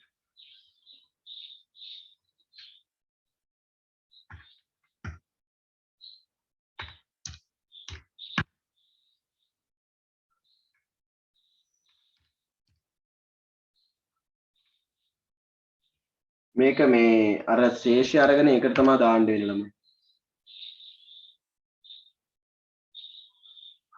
බැංකුවට ඍජුව ලද පොලිය 50යි. ඊට පස්සේ බැංකුවේ දැන් අපෙන් අහන්නේ පෙබරවාරි මාසයට සංශෝධිත මුදල් ශේෂය. හරිද? එතකොට ඒ කියලා කියන්නේ මෙන්න මෙතනට එන ශේෂය. මෙතනට එන ශේෂයෙන් මෙතනටත් එන්නේ. දැන් මෙතනින් යන්නේ නැතුව එතනලුත් ගිහලා හොයන්න පුළුවන් වෙන්න ඕන. නමුත් මොකක් හරි ශේෂ අඩුවීමක් උතන ඇතිනේ. හරිද? ඊගේ ශේෂය හැටියට මේ විස්තරය කියන එකේ තියෙනවා බැංකු ගිණුමේ ශේෂය 100යි කියලා. ඒ කියන්නේ ශේෂ අසමාන අවස්ථාවේ. මෙයා 245යි පෙබරවාරි වල මෙයා 100යි. එහෙනම් මුදල් පොතේ ගැටලු ටික ගෙනල්ලා සංශෝධිත මුදල් ගිණුමට දැම්මොත් අපිට මෙතන හොයාගන්න පුළුවන්. පළවෙනි ගැටලුව බැංකුවට ඍජුව තැන්පත් කරලා තියෙන ඒවා තියෙනවලු 50. එතකොට ඒක බැංකුව දන්නවා මුදල් පොත දන්නේ නැහැ. ඒ හින්දා ඍජු ප්‍රේෂණ කියලා මෙතන හර කරගන්නවා කීයක්ද 50. ඊළඟට බැංකු ගාස්තු තියෙනවලු 50. සෝරි 5. බැංකු ගාස්තු බැංකු ප්‍රකාශනයේ දන්නවා මෙයා දන්නේ නැහැ. මෙයාට සටහන් කරගද්දි බැංකු ගාස්තුවෙන් මුදල් අඩු වෙන හින්දා බැංකු ගාස්තු වෙන්නේ බැරි පැත්තට. එහෙනම් බැංකු ගාස්තු කියලා එනවා කීයක්ද 5. බැංකු ගාස්තු කියලා එනවා කීයක්ද 5. එහෙනම් මේ දෙක තුලනය කරා 150යි 150යි තුලනය කරද්දී මෙතනට එනවා 145. එහෙනම් සංශෝධිත පෙබරවාරි මාසයට සංශෝධිත මුදල් ශේෂය කීයක් එනවද? 1,45,000ක් එනවා. එහෙම උත්තරයක් තියෙනවද කියලා බලන්න. ඔව් උත්තරේ 8ට අංක 1. 8ට උත්තරේ අංක 1. 8ට උත්තරේ කීයද? අංක 1. 9 දී කියනවා 2013 3.31 දිනට බැංකු ප්‍රකාශනයේ ශේෂය කොපමණද? බැංකු ප්‍රකාශනයේ ශේෂය අපිට දීලා නැහැ. ඒක හොයන්න කියලා තමයි කියන්නේ. මේ ටික මකාගෙන අපි මුල ඉඳන්ම යමු. එතකොට අපි දැන් එතන ශේෂ හොයද්දී ටිකක් කපටි විය යුතුයි. සියලුම දේවල් ගත යුතුයි. මොකද පෙබරවාරි සහ මාර්තු කියන මාස දෙකේම කරුණු දීලා තියෙන හින්දා. මාර්තු මාසයේ අන්තිමට තියෙන බැංකු ප්‍රකාශනයේ ශේෂය කියලා කියන්නේ හොඳට අහගන්න. මාර්තු මාසයේ ඒ ශේෂ ටික අපි දාගෙන ආවොත් හරියට අපිට මෙතනට අන්තිමට බැංකු ප්‍රකාශනයේ ශේෂය ගන්න පුළුවන්. කොතනටද? මෙන්න මෙතන අන්තිමට. හරි.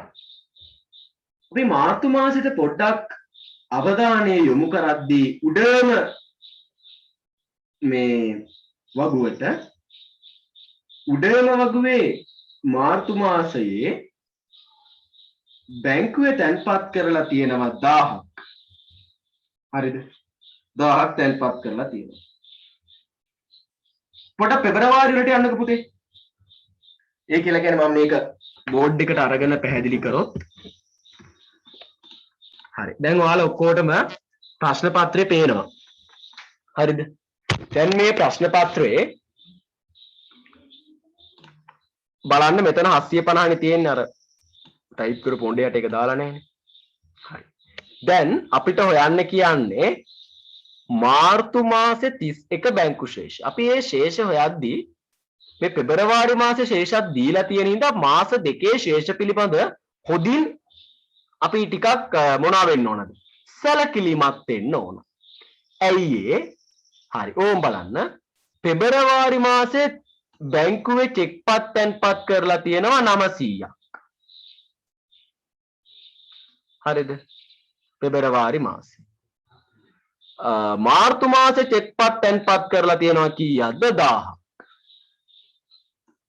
එතකොට මේ චෙක්පත් පෙබරවාරි මාසේ අන්තිමට චෙක්පත් 900ක් උපලබ්ධි වෙලක් තියෙනවා. හරි. ඊළඟට පෙබරවාරි මාසේ චෙක්පත් 600ක් නිකුත් කරලා තියෙනවා.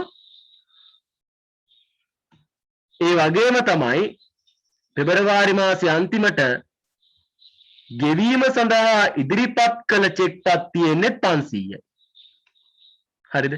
මෙන්න මෙතනදී මොකද වෙන්නේ? දැන් එතකොට මේ කාරණේ හොඳින් බලන්න. චෙක්පත් සඳහා උපලබ්ධි වීම. එතකොට මේ උපලබ්ධි උනේවයි දීලා තියෙන්නේ. ඒ කියන්නේ අර අපි ගුණා වගේ ඉස්සරලා අර ශේෂ පිරික්සුමෙන් උඩට ශේෂ පිරික්සුමෙන් නෙමෙයි බැංකු සැස්තුමෙන් උඩට හදද්දී ආවේ නැත්තේ උත්තරේ. මෙතන තියෙන්නේ ගෙවීම සඳහා ඉදිරිපත් කළ චෙක්පත්. නොකළ චෙක්පත් නෙවෙයි. හරි. දැන් ඒක හොඳට ඔලුවට දාගන්නකෝ. උපලබ්ධි නොවූ ඒවා නෙමෙයි දීලා තියෙන උපලබ්ධි උනේවා. පෙබරවාරි මාසේ 900ක් චෙක්පත් තැන්පත් කරනවා. එතකොට ඒ 900ම තැන්පත් වෙලා තියෙනවා. වැඩේ ගොඩ. පෙබරවාරි මාසේ චෙක්පත් 600ක් නිකුත් කරනවා. ඒකෙන් ඇවිල්ලා තියෙන්නේ චෙක්පත් 500යි. ඉතුරු 100 තාම ඇවිල්ලා නැහැ. ආන්න අවබෝධ කරගන්න. ඉතුරු 100 තාම ඇවිල්ලා නැහැ. පෙබරවාරි මාසය තුලදී ගෙවීමට ඉදිරිපත් නොකළ චෙක්පත් මාර්තු මාසයේදී ගෙවීමට ඉදිරිපත් කර ඇත කියද්දී මාර්තු මාසේ මෙන්න මේ 100ක් පුතේ ගෙවීම සඳහා ඉදිරිපත් කරලා තියෙනවා. පැහැදිලිනේ? හරි. මෙතන 750නේ. හරි. එතකොට අපි හොයාගන්න ඕනේ මාර්තු මාසයේ උපලබ්ධි නොවූ චෙක්පත් වටිනාකමයි ඉදිරිපත් නොකළ චෙක්පත් වටිනාකමයි. දැන් මේකෙන් කොහොම හරි හොයාගන්න ඕන. උපලබ්ධි නොවූ එක හොයාගන්න આવොත් ගිය මාසේ ප්‍රශ්නයක් නැහැ. ගිය මාසේ ඔක්කොම උපලබ්ධි වෙලා තියෙනවා. මේ මාසේ 1000ක් තැන්පත් කරාට උපලබ්ධි වෙලා තියෙන්නේ 750යි. 1000ක් තැන්පත් කරපු තැන 750ක් විතරක් නම් උපලබ්ධි වෙලා තියෙන්නේ. උපලබ්ධි නොවි තියෙන ප්‍රමාණය කීයද? 250යිනේ. එහෙනම් මාර්තු මාසයේදී තැන්පත් කළ නමුත් උපලබ්ධි නොවූ චෙක්පත් වටිනාකම 250යි. හරි. දැන් අපි ඒක හොයාගත්තානේ. ලියාගමු බෝඩ් එකේ. තැන්පත් කළ නමුත් උපලබ්ධි නොවූ චෙක්පත් වටිනාකම කීයද? 250. මාර්තු මාසෙට. හරි. ඊළඟට නිකුත් කර නමුත් ඉදිරිපත් නොකළ චෙක් හොයන්න බලන්න මේ ගිණුම් කාලච්ඡේදයේ 750ක චෙක්පත් නිකුත් කරලා තියෙනවා. ඒ වගේම ගිය මාසේ 100කුත් තියෙනවා. එතකොට 850ක චෙක්පත් වලින් සල්ලි ගන්න තියෙනවා. ඒ වුණාට අරන් තියෙන්නේ 600ක චෙක්පත් වලින් විතරයි. එහෙනම් තාමත් ඉදිරිපත් නොකළ චෙක්පත් කීයක් තියෙනවද? 250ක් තියෙනවනේ.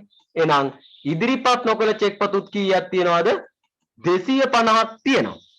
පැහැදිලිනේ? තව සරල කරොත් මෙන්න මේ මාර්තු මාසයේ ගෙවීම සඳහා ඉදිරිපත් කළ චෙක්පත් වලින් හරිද මේ 600න් 100ක් ගිය මාසෙට. එතකොට මේ මාසේ ඒ වගේන් 500යි නිකුත් වෙලා තියෙන්නේ. එහෙනම් 750න් 500 කරු කරපුවාම එන්නේ 250. හරි. දැන් ඔන්න ඔය විදිහට අපිට උපලබ්ධි නොවූ චෙක්පත් වටිනාකමයි ඉදිරිපත් නොකළ චෙක්පත් වටිනාකමයි හොයාගන්න පුළුවන්.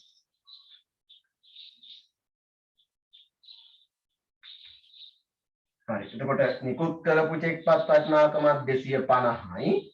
අරකේ වටිනාකමත් 250යි. අපි මේ දෙක හොයාගත්තා.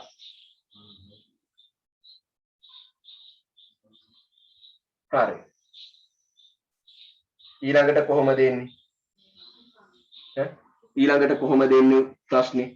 ඊට පස්සේ අපි කොහොමද ඒක නිර්මාණය කරගන්නේ? ඊට පස්සේ කියනවා අපි බැංකු ගාස්තුවේ නැත්තම් බැංකු ගිණුමට ගියොත් එහෙම 9 වෙනි ප්‍රශ්නේ 2013 3.31 බැංකු ප්‍රකාශනයේ ශේෂයෙන් අපි මේ හොයන්නේ.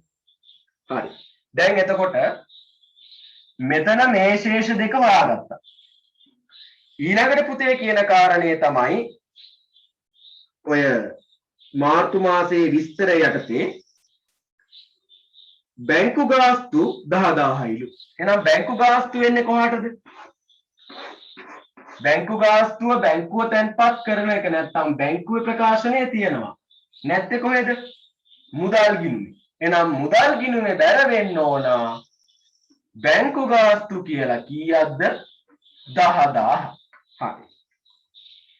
ඊළඟට බැංකු ගිණුමේ ශේෂය අපිට දීලා තියෙනවා 395. පොලි නැත්නම් ලැබීම් මේ සියල්ල ගැලපීමට පෙර.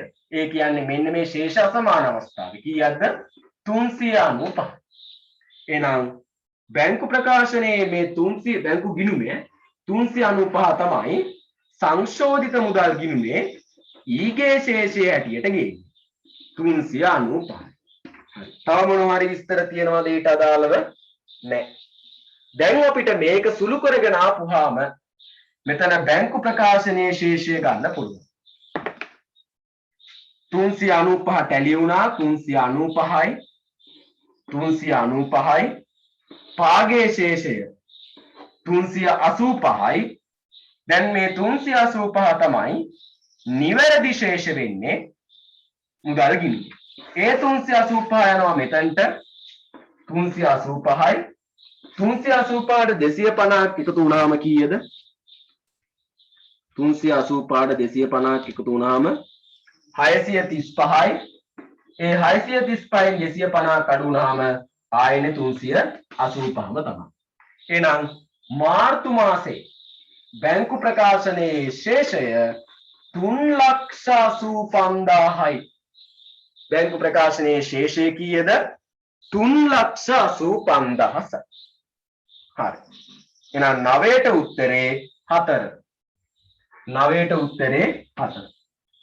දැන් වෙනද ගණන් වල උපලබ්ධි නොවූ චෙක්පත් වටිනාකම නැත්තම් තැන්පත් කළ නමුත් නැත්නම් ඉදිරිපත් කළ නමුත් මේ නිකුත් කළ නමුත් ඉදිරිපත් නොකළ චෙක්පත් වටිනාකම හරි උපලබ්ධි නොවූ චෙක්පත් වටිනාකම හරි දීලා තිබ්බට අද මේ ප්‍රශ්න පත්‍රයේ දීලා තියෙන්නේ උපලබ්ධි වුණ නැත්තම් නිකුත් කරලා ඉදිරිපත් වෙච්ච චෙක්පත් වටිනාකම්. ඒ හින්දා ඒකෙන් අර වටිනාකම් හොයාගන්න අපි කපටි වෙන්න ඕන.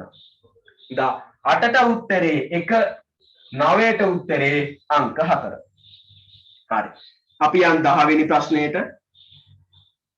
10 වෙනි ප්‍රශ්නයේදී අපෙන් අහන්නේ මූල්‍ය ප්‍රකාශන පිළියෙල කිරීමේ සහ ඉදිරිපත් කිරීමේ ආකෘති රාමුව අනුව පහත සඳහන් කුමනද මූල්‍ය ප්‍රකාශන වල මූලික ගුණාත්මක ගති ලක්ෂණ ලෙස සැලකනු ලබයි. අදාළ බව, තේරුම් ගත හැකි බව, විචක්ෂණශීලී බව සහ ප්‍රමාණාත්මක බව. 10 වෙනි ප්‍රශ්නය. මොකද කියන්නේ? කුමන ප්‍රකාශය නැත්තම් පහත තියෙන මූලික ගුණාත්මක ලක්ෂණ වලින් කුමන ගුණාත්මක ලක්ෂණය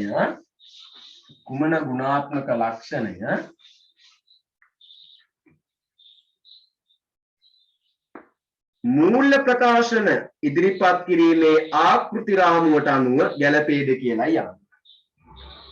ඒවල කියනවා අදාළ බව, ඊළඟට B වල තියෙනවා තේරුම් ගත හැකි බව, C වල තියෙනවා විචක්ෂණශීලී බව සහ D වල තියෙනවා ප්‍රමාණාත්මක බව. මේකෙන් පුතේ මූල්‍ය ප්‍රකාශන ආකෘති රාමුවේ ගුණාත්මක ගති ලක්ෂණ විදියට හඳුන්වන්න පුළුවන්, අදාළ බව හඳුන්වන්න පුළුවන්, ඒ වගේම B වල තියෙන තේරුම් ගත හැකි බවත් හඳුන්වන්න පුළුවන්. විචක්ෂණශීලී බව සහ ප්‍රමාණාත්මක බව කියන දෙක මූල්‍ය ප්‍රකාශන ඉදිරිපත් කිරීමේදී ඒ ආකෘති රාමුවට සපුරා ගැනීමක් වෙන්නේ නැහැ. ඕක අපි ප්‍රමිත පාඩමේ එක් කොටසක් විදියට සාකච්ඡා කරනවා. මට මතකයි 2022 ගෲප් එකේ ඕක තමයි ඊළඟට සාකච්ඡා කරන්නත් තියෙන්නේ. එහෙනම් ඒකට උත්තරේ එන්නේ A හා B. A හා B. A හා B කියලා උත්තරේ තියෙන්නේ 10න් 1. 10න් 1. හරි.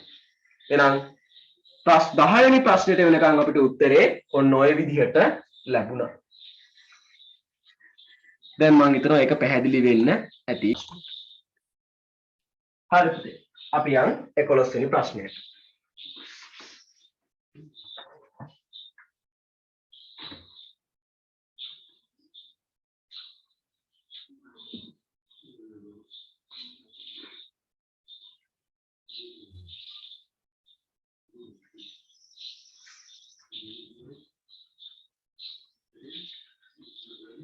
මොකක්ද 11 වෙනි ප්‍රශ්නේදී කියන්නේ? පහත සඳහන් තොරතුරු 2013 3.31 දිනෙන් අවසන් මාසය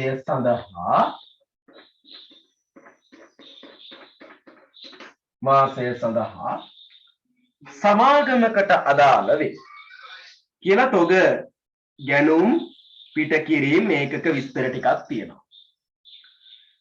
තොග නිකුත් කිරීම මිල කිරීම සඳහා සමාගම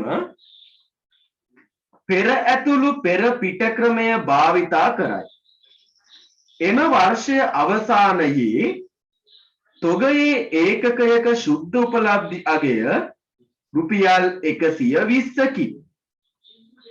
සමාගමේ මූල්‍ය ප්‍රකාශන නිරූපණය කළ යුතු 2013 3.31 දිනෙන් අවසන් මාසය සඳහා විකුණුම් පිරිවැය සහ 2013 3.31 දිනට තොගයේ අගය කොපමණද? තොගයේ අගය කොපමණද? තොගයගේ කොපමණද කියලානේ අහන්නේ නේද? හරි. මම ඒකට අර පොඩි තොග වගුවක් නිර්මාණය කරගන්නවා FI FO ක්‍රමයට සඳහන් කර. හරිද? FI FI මොකද FI FI නේ? FI FO first in first out. පෙර ඇතුළු පෙර පිට. හරි. දිනය ලැබීම් නැත්නම් නිකුත් කිරීම වටිනාකම. මේක කොටස් 3යි. මේකත් කොටස් 3යි. මේකත් කොටස් 3යි. හරි. දිනය ලැබීම් නිකුත් කිරීම වටිනාකම්. එතකොට අපි මෙතනින් බලුවොත් ඒකක ගණන ඊට පස්සේ මෙතන එනවා ඒකකයක මිල වටිනාකම. ඒකක ගණන ඒකකයක මිල වටිනාකම. ඒකක ගණන ඒකකයක මිල වටිනාකම. දැන් මොකද කියන්නේ? 3යි එක දිනට තොගයක් තිබ්බලු ඒකක 1000ක් ඒකකය 100ක් වෙච්ච. අපි ඒක දාගන්නවා ලැබීමක් නිකුත් කිරීමක් නෙවෙයි ආරම්භක දිනේ තිබ්බ තොගේනේ. ඒකක ගණන කීයද? 1000යි. එක් ඒකකයක මිල කීයද? 100යි. එහෙනම් ඔක්කොම වටිනාකම කීයද? 10.2යි කියන්නේ ලක්ෂයයි නේ. හරි. ඊළඟට 3යි 7 ආය භාණ්ඩ ටිකක් අරගෙන තියෙනවා ඒකක 5000ක්. ඒකකයක මිල 120 ගානේ. ඒකක ගණන 5000ක් අරන් තියෙනවා. ඒකකයක මිල 120 ගානේ. 5000 ගුණ 120 සමානයි ලක්ෂ 6යි. ලක්ෂ කීයක්ද? 6යි. එහෙනම් දැන් ඉස්සරලා ඒකක 1000ක් තිබ්බා. දැන් 5000ක් එක්ක ඒකක කීයද? 6000යි. ඒකකයක මිල අපිට කියන්න බෑ. 100 වත් තියෙනවා 120 වත් තියෙනවා. හැබැයි වටිනාකම එතන ලක්ෂයයි මෙතන ලක්ෂ 6යි ලක්ෂ 7යි. මේ FI FO ක්‍රමයට තොග ගණනය කිරීමේදී මේ සටහන් කරන ක්‍රමය සරලව. ඊළඟට ආය ගැලුමක් තියෙනවා. කවද්ද? 3යි 15 3000ක තොගයක් අරගෙන තියෙනවා කීයටද? 140ට. 3000ක තොගයක් 140ට ගද්දි එක ගානේ 4,20,000යි ඒකේ වටිනාකම. මේක එකතුව බැලුවොත් දැන් තොග තියෙනවා කීයද පුතේ? 6,000යි 3,000යි 9,000ක්. එක ඒකකයකගේ අපිට කියන්න බෑ. 100 වත් තියෙනවා 120 වත් තියෙනවා 140 වත් තියෙනවා. ඔක්කොගෙම එකතුව ලක්ෂ 7යි 4,20,000යි කියලා කියන්නේ 700යි 420යි කියලා කියන්නේ 11,20,000යි. නේ 11,20,000යි. හරි. දැන් අපිට කියනවා 3යි 20 මොකද කරනවා කියලා කියන්නේ විකුණනවලු ඒකක 8,000. දැන් තමයි කතන්දරේ දිගෑරෙන්නේ. දැන් අපි විකුණද්දී කොහොමද විකුණන්නේ? අපි කැමති ඒවා අරන් විකුණන්න පුළුවන්. බෑ. තොග නිකුත් කරන ක්‍රමය පුතේ first in first out. පළමුව ඇතුළු පළමුව පිට. මුලදී තියෙන තොග ඉඳන් තමයි පිට කිරීම නිකුත් කරන්නේ. එහෙනම් 3යි 20 අපි ඒකක 8,000ක් නිකුත් කර යුතු වෙනවා එළියට. මේතන දැන් අපේ ගබඩාවේ ඒකක 9000ක් තියෙනවා. ඒ 9000න් ඒකක 8000ක් නිකුත් කරන්න ඕන අපි එළියට. ඉස්සරලාම අපිට නිකුත් කරන්න වෙන්නේ මුල් දිනට තිබ්බ 1000ක තොගි. එහෙනම් ඒකක ගණන 10 ඒවා 100 ගානේ නිකුත් කරන්න එනවා කීයක්ද? ලක්ෂයක වටිනාකම තියෙන තොග 1000ක්. ඊළඟට මේ ගත්ත 5000 ඒකත් 5000 ඒවා ඒකකයක් 120 ගානේ කීයක්ද? ලක්ෂ 6ක තොග තියෙනවා. දැන් මෙතනම ලක්ෂ 6යි. හරිද? තොග අපිට ඕනේ 8000ක තොග නිකුත් කරන්නනේ. තව ඉතුරුලා තියෙන මේ ලක්ෂ 3 විතරයි. ඒකෙන් 2000ක් නිකුත් කරනවා. ඒකෙන් 2000ක් කියලා කියන්නේ එකක් 140 ගානේ. එතන වටිනාකම වෙනවා කීයක්ද? 140 ගානේ 1000ක් 2,80,000. එතකොට එතන වටිනාකම නිකුත් කරපු තොග වල වටිනාකම එනවා ලක්ෂයයි ලක්ෂ 6යි 2,80,000යි ඔක්කොම 9,80,000. ඔක්කොම 9,80,000. ඊළඟට ඉතිරි වෙන්නේ 1000ක් විතරයි තොග. මේ තොගවල නම් ඒකක වටිනාකම අපිට කියන්න පුළුවන්. ඇයි?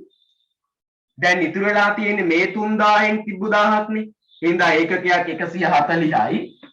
එතකොට එතන තොගවල වටිනාකම 140 ඒවා 1000ක් කීයද? 1,40,000.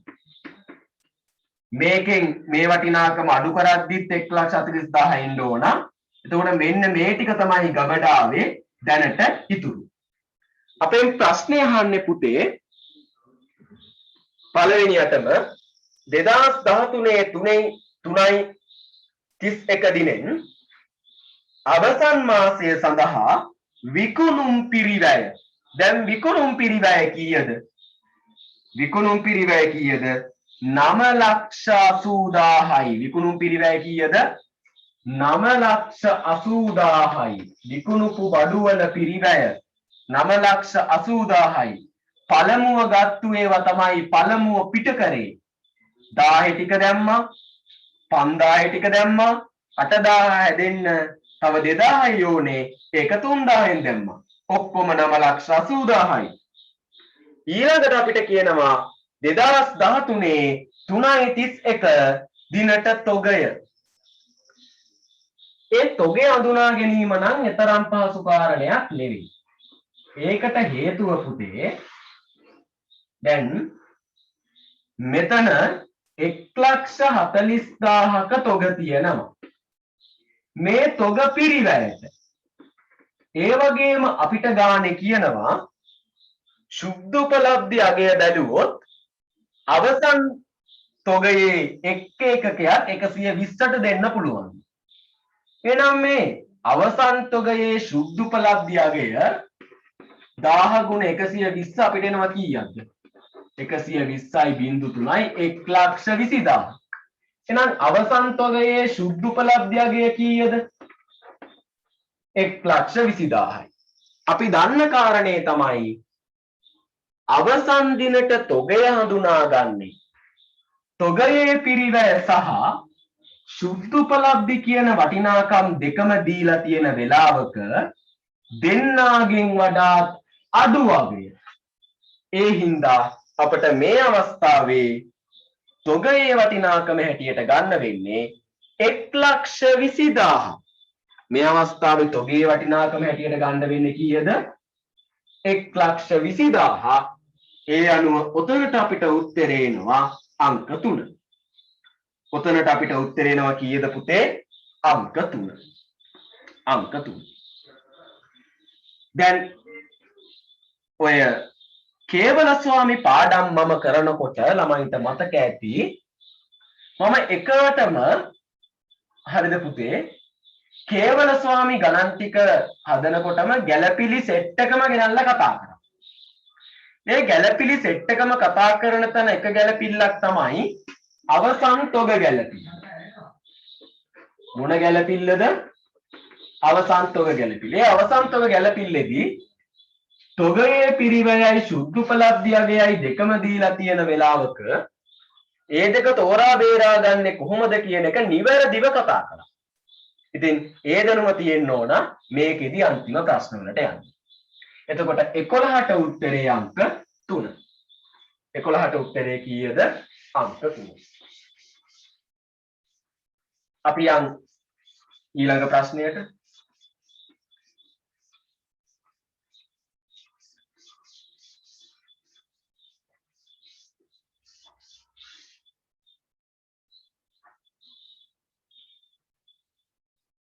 ප්‍රශ්නාංක 12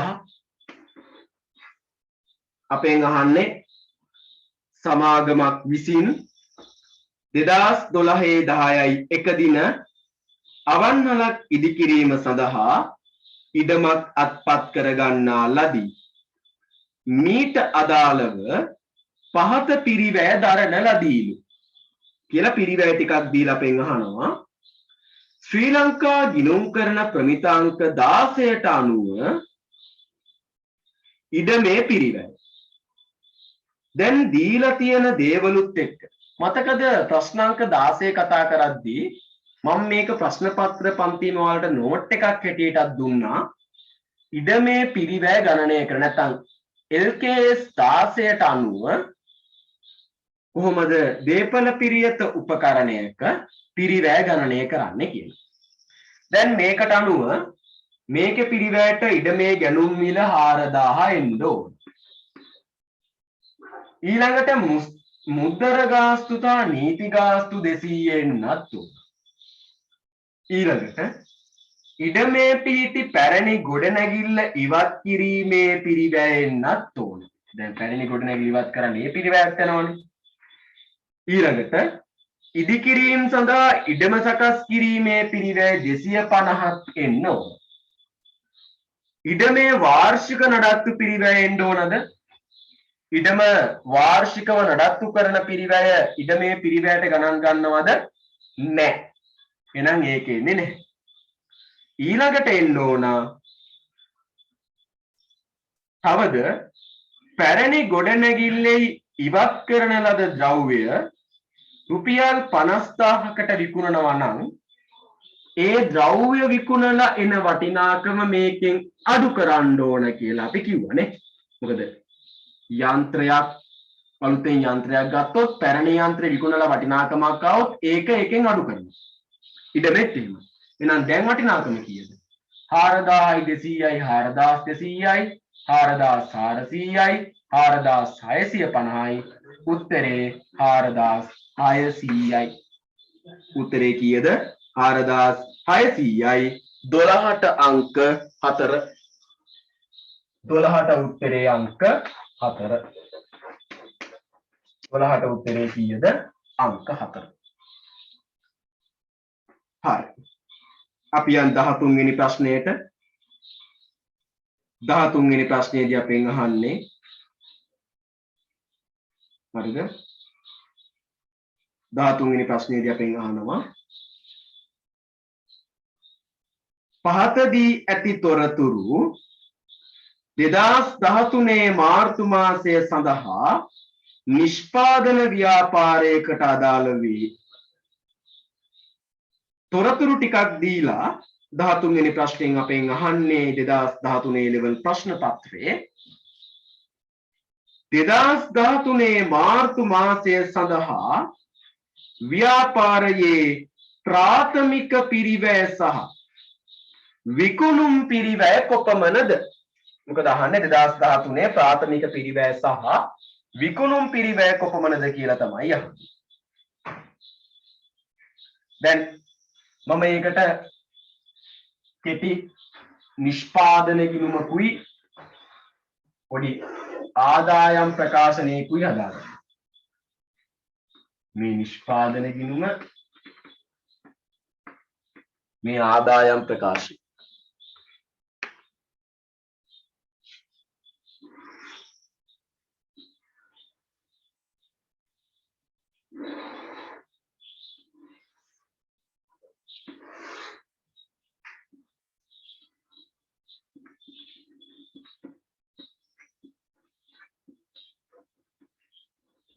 හරි. ඊට තොරතුරු ටික දාමු. නොනිමි තොග වැඩිවීම ප්‍රාථමික පිරිවැයට තමයි ගලපන්නේ. හරිද? නොනිමි තොග වැඩිවීම ප්‍රාථමික පිරිවැයට ගලපනවා. අපි දන්නවා තොග වර්ග තුනක් තියෙනවා. අමුද්‍රව්‍ය, නිමි නොනිමි නිෂ්පාදන ගිණුම් වල ඒකේ නොනිමි වැඩිවීම ගලපනවා ප්‍රාථමික පිරිවැයට. උඩ ප්‍රාථමික පිරිවැය ගන්න නොනිමි ගැලපීම සිද්ධ කරනවා. නොනිමි වැඩි වෙනවා නම් අපි දන්නවා ආරම්භකයෙන් අවසන් එක අඩු කරනවානේ වෙන්නේ. අවසන් එක වැඩි නම් නොනිමි තොග වැඩිවීමක් නේ තියෙන්නේ. එහෙනම් මේ අවස්ථාවේ අඩු කිරීමක් හැටියට තමයි යොදන්න ඕනේ. ඊළඟට නිමි තොග වැඩිවීම 100කින් තියෙනවා. නිමි තොගත් වැඩිවීම 100යි. අපි දන්නවා විකුණුම් පිරිවැය යටතේ ආරම්භක නිමි වලින් අවසන් නොනිමි අඩු කරනවා. එතකොට අවසන් නොනිමි වැඩි නම් 100කින් මෙතනත් වැඩිවීමක් වෙනවා. නොනිමි අඩු වෙනවා නොනිමි 100කින්. ඊළඟ ඍජු ශ්‍රමය 300යිලු. ඍජු ශ්‍රමය ප්‍රාථමික පිරිවැය ගණනයට පැමිණිය යුතුයි. එහෙනම් ඍජු ශ්‍රමය දා ගන්නවා 300ක්. ඊළඟට පරිභෝජනය කළ ඍජු අමුද්‍රව්‍ය. පරිභෝජනය කළ ඍජු අමුද්‍රව්‍ය තියෙනවා කීයක්ද? 300ක්. ඊළඟට ඍජු ශ්‍රමය තියෙනවා කීයක්ද? 200ක්. ඒකත් එන්න ඕන. නේ ඍජු ශ්‍රමය 200 දාගත්තනේ. අපරිසි. ඍජු ශ්‍රමය 200ක් ආයෙ තියෙනවා. ඒ මොකද්ද කියලා බලමු ප්‍රශ්න පත්‍රෙ දිගහැරලා 13 වෙනි ප්‍රශ්නේ.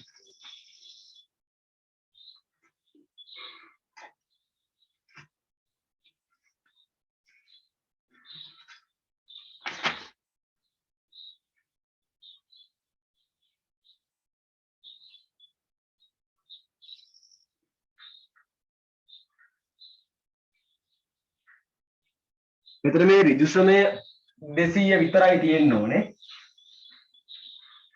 ඍජු ශ්‍රමය 200යි තියෙන්නේ. අර උඩ 300 නෑ. හරි. ඊළඟට කම්මල් පොදුකාර පිරිවැය 200කුත් තියෙනවා. හරිද? එතකොට අපෙන් අහන්නේ ප්‍රාථමික පිරිවැය. දැන් ප්‍රාථමික පිරිවැය කීයද?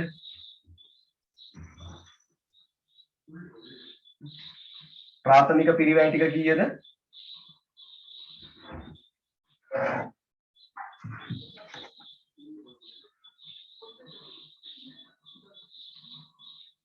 ප්‍රාථමික පිරිවැය 500යි. මේ 300 අඩු වුණාම 200යි. ලක්ෂ 2යි. ප්‍රාථමික පිරිවැය කීයද? ලක්ෂ 2යි. ඊළඟට අහනවා විකුණුම් පිරිවැය වටිනාකම. විකුණුම් පිරිවැය වටිනාකම කොහොමද එන්නේ? ප්‍රාථමික පිරිවැය ලක්ෂ 2ට ප්‍රාථමික පිරිවැය ලක්ෂ 2ට හරි එකතු වෙනවා මේක දීලා තියෙන නිෂ්පාදන පුදුකාර පිරිවැය ලක්ෂ 2ක්. එතකොට මුළු නිෂ්පාදන පිරිවැය එනවා ලක්ෂ 4ක්. එතකොට මුළු නිෂ්පාදන පිරිවැය ලක්ෂ 4ක් එනවා. මුළු නිෂ්පාදන පිරිවැය කීයක් එනවද? ලක්ෂ 4ක්. 400. නිෂ්පාදන පිරිවැය. ඊළඟට අපිට දීලා තියෙනවනේ නිමිතොග වැඩිවීම 100යි කියලා. දැන් නිමිතොග වැඩිවීම 100යි නම් මොකද වෙන්නේ? මේ 400ට 100ක් මොකක් වෙන්න ඕනද? එකතු වෙන්න ඕන. ඇයි? දැන් අපි දන්නවනේ ආරම්භක තොගය නිෂ්පාදන පිරිවැය එකතු වෙලා ඒකෙන් තමයි අවසන් නොනිමි අවසන් නිමි අඩු වෙන්න ඕනේ. හරිද? දුර නිමිතෝගේ වැඩිවීමක් වෙලා නම් ඒක එකතු වෙන්න ඕන මොකේටද? නිෂ්පාදන පිරිවැයට. එතකොට නිෂ්පාදන පිරිවැයනවා කීයක්ද? ලක්ෂ 5. ලක්ෂ 5. හරි. එතකොට මෙතන උත්තරේ 13ට 2. 13ට උත්තරේ කීයද? අංක 2. එතකොට ඔය නිෂ්පාදන ගිණුම් ගණන් වල අමුද්‍රව්‍ය නොනිමි නිමි ටක්කෙටම කොහාටද යන්නේ? හරියටම කොහාටද යන්නේ? නිෂ්පාදන ගිණුම් ආකෘති කොහොමද කියන එක නම් නිවැරදිව සම්පූර්ණයෙන් දැනගෙන සිටිය යුතුයි. එයට හේතුව වෙන්නේ එම නොමැති වුණොත් ගැටලුවක් නිර්මාණය වෙන එක. පැහැදිලිනේ? හරි.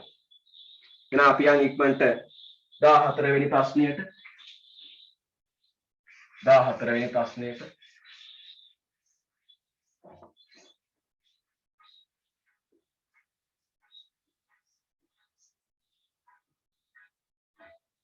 වෙනි ප්‍රශ්නයට යන්න.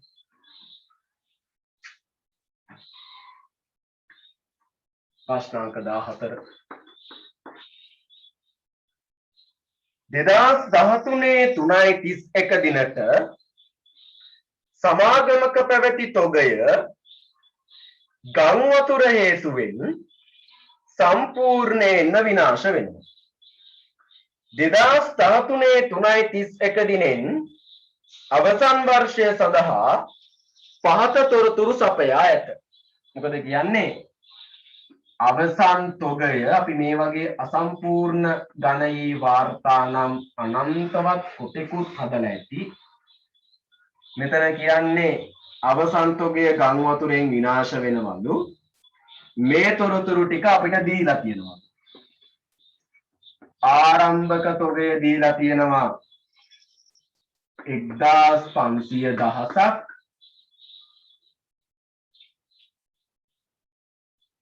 ගැනුම් දීලා තියෙනවා 3510ක්.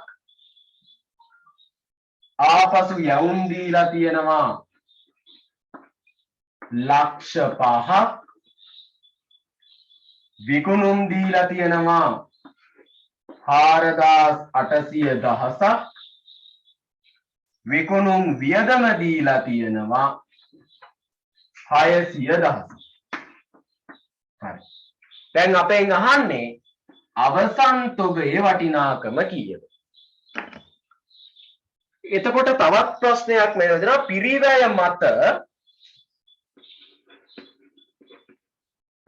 පිරිවැය මත ව්‍යාපාරයේ අනුපාතිකය නැත්නම් දලලාභය 120යි. පිරිවැය මත ව්‍යාපාරයේ දලලාභය කීයද? 120යි. නම් විකුණුම් පිරිවැය 100% අවස්ථාවේ අපි මේක නිකම් ප්‍රතිශතාත්මකව පොඩ්ඩක් හදාගත්තොත් විකුණුම් පිරිවැය 100% අවස්ථාවේ දලලාභය 120යි කියලායි කියන්නේ. එහෙනම් අපිට නොකිය තිබ්බට විකුණුම් වල අගය ප්‍රතිශතාත්මකව කීයද කියලා බැලිය හැකියි. කීයද? 100ට 120යිනේ. ඇයි? විකුණුම් පිරිවැය 100යි නම් දලලාභය 120 නම් ඒ දෙකේ එකතුව තමයි විකුණුම්. එහෙනම් විකුණුම් ප්‍රතිශතාත්මකව කීයද? 100ට 120යි. 100ට කීයද? 120යි. හරි. දැන් ඕකත් ඔළුවේ තියාගෙන මේ තොරතුරු ටික දීලා අපිට කියනවා ගින්නෙන් විනාශ වෙච්ච අවසන් තොගය හොයන්න. මේ තොරතුරු ටිකක් දැකලා ඒ තොරතුරුත් එක්ක අවසන් තොගය හොයන්න කියලා කියනකොට මට ඔළුවට එන්නේ ආදායම් ප්‍රකාශනයේ උඩ කොටස හරියටම කිව්වොත් වෙළඳ ප්‍රකාශනයක් සකස් කරගන්න කියන කාරණය. ආදායම් ප්‍රකාශනයේ උඩ කොටස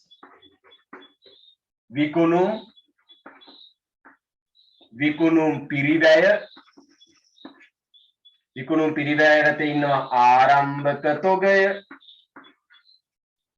ගැනුම්,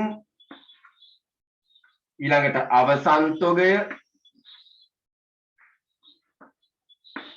මට මෙතන පේනවා ආපසු යවුම් ඉන්නවා. ආපසු යවුනුත් මෙතනින් අඩු වෙනවා.